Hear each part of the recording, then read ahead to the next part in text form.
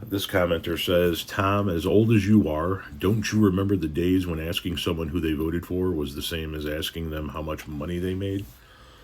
Yeah, yeah, I do. I am that old. I'm 54. I'll be 55 next May. I remember when a lot of things were different in this country.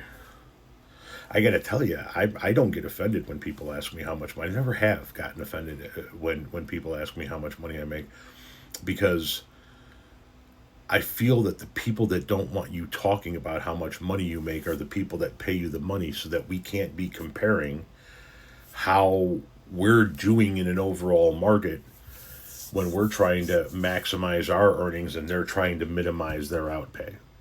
I've never been offended when somebody asks me how much money do I make. That's not something that offends me. And I do remember those times. I remember not knowing who my aunts and uncles and grandparents and parents voted for.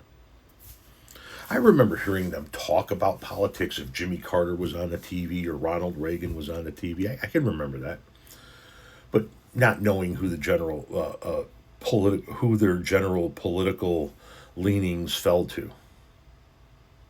I can also say this: that period of time was not what we're living in now.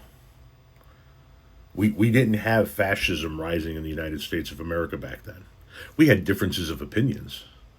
We had we had a group of people on the right and a group of people on the left that both wanted a United States of America that was safe and free, and that shining city on the hill Ronald Reagan famously talked about, right? They just had a difference of opinion in how went about getting there. We don't have that anymore. We don't have presidents from both sides of the aisle who understand the Constitution and its importance to how we do things and peacefully transfer power. That's not a thing anymore. So now I don't think it's offensive in the least bit to go, who did you vote for? To say I want to know who you voted for before I engage with you. I don't ask everybody that I engage with who they voted for. But when we're talking about in the terms of like that video, people losing relationships over politics, I understand it.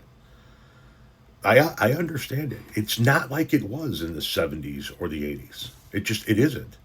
It has been progressively getting worse since Ronald Reagan figured out how to use the religious right as a voting bloc. We have been progressively leaning more right on the conservative side, and it has been getting closer and closer to fascism with each new step. And now we're here.